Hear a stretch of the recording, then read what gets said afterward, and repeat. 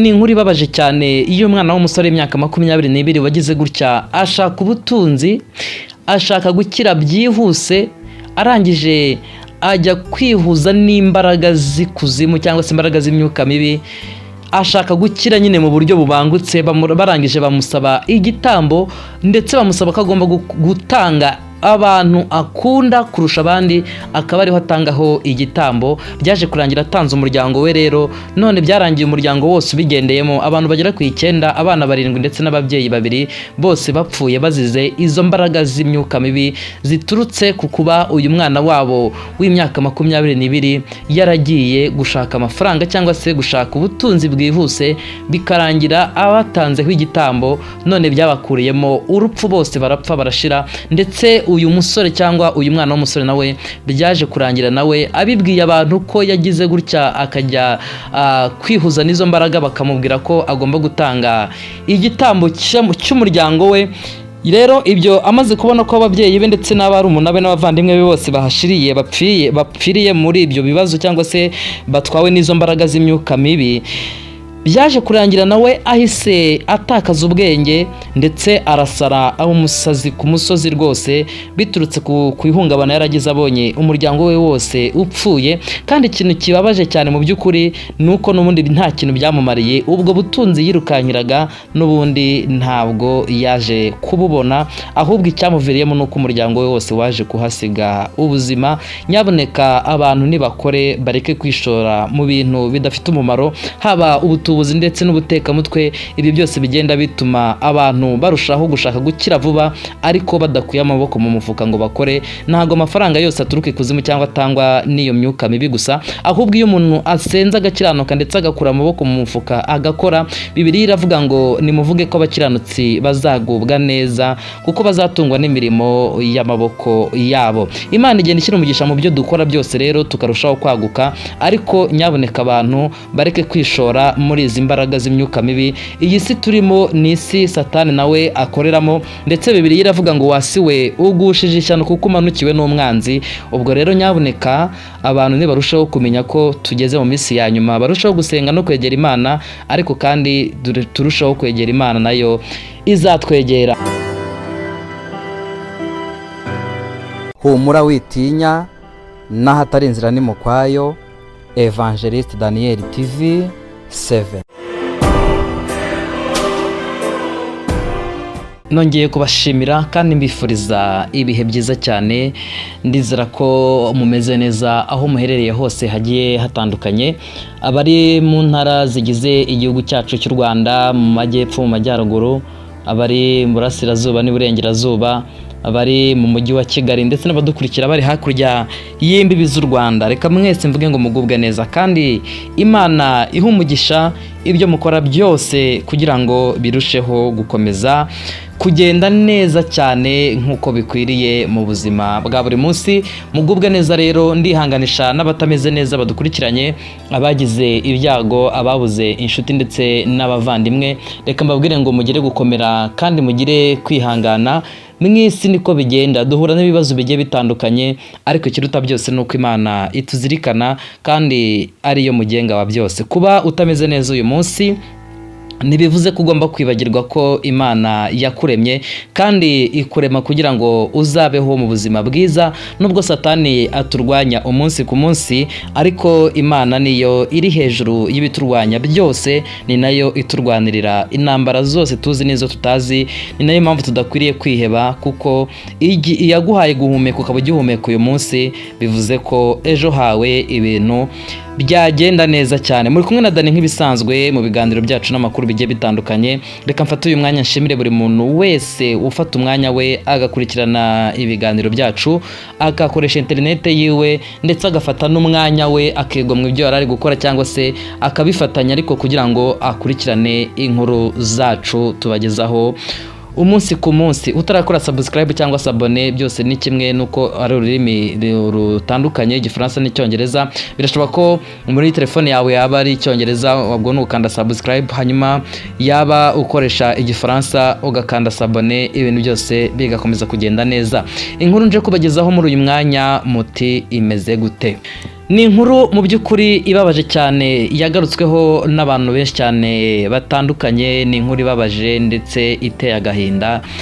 Ni inkuru kubona uburyo ki umuntu ayivugamo bigoranye cyane, ariko mw'abantu mwe, iyi si iratubabaza, iyi si igeze habi, iyi si iri mu marembera. Nyaboneka ni iki gituma abantu batamenya iby'iminsi n'ibihe ko isi igeze habi cyane, aho bivugwa ko umuryango w'abantu bagera ku 9 bose bapfiriye rimwe. Ibi nabyo ni ibintu bikomeje kugenda bigarukwaho n'abantu batandukanye, ndetse byababaje abantu benshi cyane babashije kumenya iby'iyi nkuru. Umuryango w'abantu 9 wapfiriye rimwe, muti byagenze gute? Byaturutse kuki kugira ngo abantu 9 bose bisange bashizemo umwuka bamonuwe? Ntabwo iyi si turiho itworoheye habe na gatoya. Iyi si sinzi wavuze ngo ntibaravuze ngo nikosa ngo uzonke vuba, ntibaravuze ngo isi ibaga nta kinya. Habaho imigani myinshi cyane itandukanye abantu bakoresha, ariko isi ibaga nta kinya uyu wabivuze yari yabyitegereje. Umuryango w'abana 7 n'ababyeyi 2, papa na mama, bose bapfiriye rimwe. Bazize iki? Ayiwe data we. Biravugwa ko ari umwana w'umusore nawe ubyarwa n'aba babyeyi, akaba avukana n'aba bana nyine 7 bapfuye n'aba babyeyi bombi bamubyaye. Umwana uri mu kigero cy'imyaka 22, yes, imyaka 22, akaba yaragize gutya agashaka amafaranga, ashaka ubutunzi, amafaranga arayahamagara, arayashakisha, amafaranga yanga kumwitaba. Sinzi abaje kumugira inama rero kugira ngo ajye gukoresha imbaraga z'umwijima cyangwa se imbaraga z'imyuka mibi. Arangije izo mbaraga rero azigiyemo, imbaraga z'umwijima, imbaraga zitagaragara ariko zifite imbaraga. Murabizi ko Bibiliya iravuga ngo turwana n'imyuka idafite inyama n'amaraso, ariko iyo myuka nayo irakomeye. Tudafite umwami Yesu yadushobora cyangwa se yaduhindura. Niyo mpamvu mu by'ukuri dukuriye guhora dusenga, ariko tugasengesha umwuka iteka, tugakomeza kwambara intwaro zose z'Imana kugira ngo tubashe kurwanya ibiturwanya. Isi y'umwijima, isi ya Satani nayo irakora cyane, kandi mbibutse ko nubwo wowe wasinzira, ntabwo Satani asinzira, ahora kurwanya kugabaho ibitero umunsi ku munsi. Ujye umenya ko igihe ubusinziriye, Satani we atajya asinzira. Uwo mwana w'imyaka 22 rero yashatse amafaranga arayabura, hanyuma arangije aravuga ngo reka njye kuyashakira aho njya numva abandi bajya, hanyuma njye muri izo mbaraga z'imyuka mibi kugira ngo ndebe ko nabona amafaranga. Bamwe baravuga ngo nuko kuzimu, abandi bafite ukundi kuntu bitandukanye babivuga, ariko ngo yaje kugenda koko bamwaka igitambo. Baramubwira bati urabanza uduhe abantu ukunda ubatangeho igitambo kugira ngo uzabashe kubona ubwo butunzi. Hanyuma birumvikana nta bandi yakundaga kurenza ababyeyi be ndetse n'umuryango we muri rusange. Nk'abantu mwe, ibintu bikomeje kugenda bifata indi ntera. Bati turashaka abantu ukunda kurenza abandi, aba ari bo utanga babi igitambo, hanyuma ibyo ukeneye byose, ayo mafaranga wifuza nayo uzayabone. Byarangiye rero bigenze gutya, atanga umuryango wose arawutanga. Hari abantu bazi ko izi mbaraga zidakora, nyamara izi mbaraga zirakora. Imbaraga z'imyuka mibi zirakora, ariko ntabwo ziri hejuru y'imbaraga z'Imana. Ariko dukwiriye kumenya ko turi mu isi Satani nawe akoreramo. Bibiliya iravuga ngo Satani amaze koherezwa mu isi, Imana yaravuze ngo wasiwe ugushije ishyano kuko umanukiwe n'umwanzi. Iri jambo muryumve, kumanukirwa n'ishyano, wasiwe uguhishije ishyano. Imana nayo ubwayo irabizi ko nyine uwo Satani yohereje mu isi ari ishyano, kandi natwe tukaba ariho dutuye, naho ndetse tuba twagerageje. Ariko dukomeze dusenga, Imana izajya iduha imbaraga zo kubasha kunesha. Bibiliya iravuga ngo murwanye Satani azabahunga, nimwegera Imana nayo izabegera. Hanyuma byaje kurangira rero uyu musore atanze umuryango we kugira ngo ube igitambo cyo kugira ngo abone amafaranga cyangwa se ubutunzi yifuzaga. Ibyo byaje kurangira koko abiko bigenze, ariko ikintu kibabaje ndetse giteye agahinda nuko uyu musore umuryango we waje gufatirwa rimwe, barapfa, hanyuma ku rwego rwatunguye abantu benshi. Ariko uyu musore ibi byabaye nta n'igiceri arabona, donc nta mpinduka arabona, ubwo butunzi yari akeneye atarabubona, cyane ko bivugwa ko uyu musore yarangije akabiganiriza abantu, akabwira abantu ibyamubayeho ko hari ahantu yagiye gushaka ubutunzi ndetse ngo agatanga umuryango we wose, ariko amaze kubona ibi ngibi bibaye, ababyeyi be n'abavandimwe be babiburiyemo ubuzima, byaje kurangira nawe ahise asara. Nawe yahise asara, atakaza ubwenge.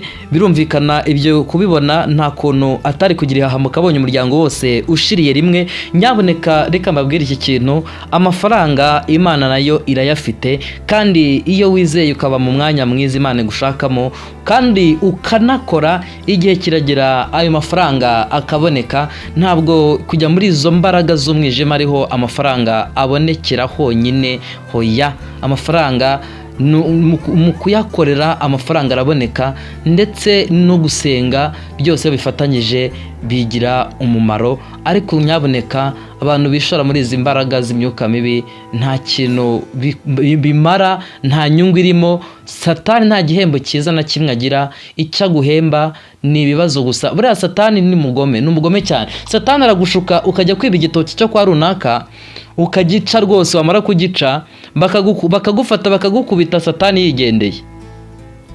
Satani aragushuka ugakora icyaha, Satani akagushuka ugakora icyaha, ukajya kwiba, bakagufata ugakubitwa cyangwa se ugafungwa, ariko Satani ntabwo bamufunga, Satani ntibamukubita.